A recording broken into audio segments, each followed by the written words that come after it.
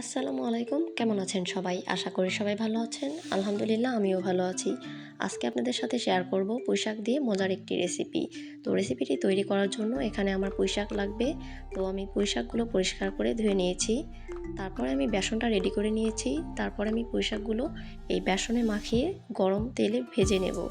যখন সবজি খেতে ইচ্ছে না করে তখন সেই সবজিগুলো দিয়ে বাসায় কোনো রেসিপি তৈরি করলে ছোট বড় সকলেই তা পছন্দ করবে। তো বলতে বলতে এখানে আমি তেলটা গরম হয়ে গেল, তার মাঝে আমি পুঁইশাকের পাতাটা দিয়ে দিয়েছি বেসনে মাখিয়ে। তো এইভাবে আমি প্রত্যেকটি পাতায় এক এক করে দিয়ে ভেজে নেব। কিছুটা হালকা বাদামি করে আমি ভেজে নেব।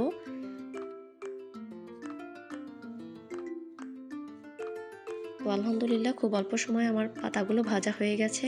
আপনারাও বাসায় ট্রাই করবেন, খুবই অল্প সময় রেসিপিটি তৈরি করা যায়। আজকের ভিডিওটা এই পর্যন্তই। সবাই ভালো থাকবেন। আল্লাহ হাফেজ।